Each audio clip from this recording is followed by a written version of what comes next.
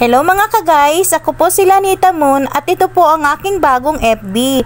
At ang bagong page ko naman po ay si Lanita Vlog. May munting hiling po sana ako sa inyo mga ka-guys na sana suportahan nyo rin po si Lanita Vlogs.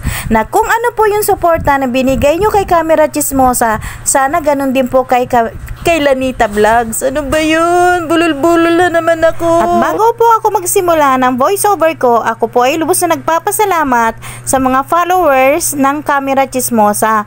Maraming salamat po sa suporta ninyo. At ayan na naman po ang kaganapan ng buhay ni Chismosa. Ay, este nila ano ba yan? Este nila Nita po pala. At ayan na nga guys, pero merong salang pa lang ay nakanda bulol na po ang lola ninyo. Yan guys, ang buhay na nagbo-voice over. Hindi ka perfecto, ilang beses mong uulitin. At dahil maliit ang t-shirt ko, ay Diyos ko, day marimar, ang tiyan ni lola. Parang, ayan na guys, at parang naniniwala na ba ako sa sinasabi ni Manoy na wala ng pag-asa yan.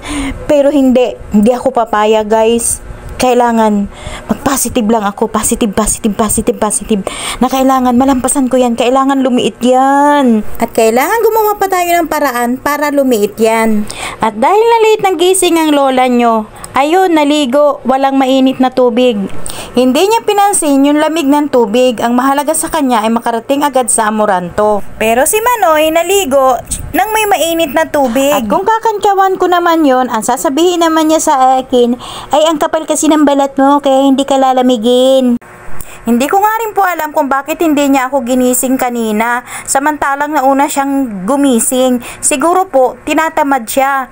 Nang nakamalay po ang lola ninyo, ayun, At dati-rati po, pagkagising ko, ako ay nagkakape. Kanina po, hindi po ako nakapagkape. Nagmamadali po kasi para makarating po agad kami doon sa Amoranto. At tamang-tama naman po at dumating po kami ng 6:26 ng umaga.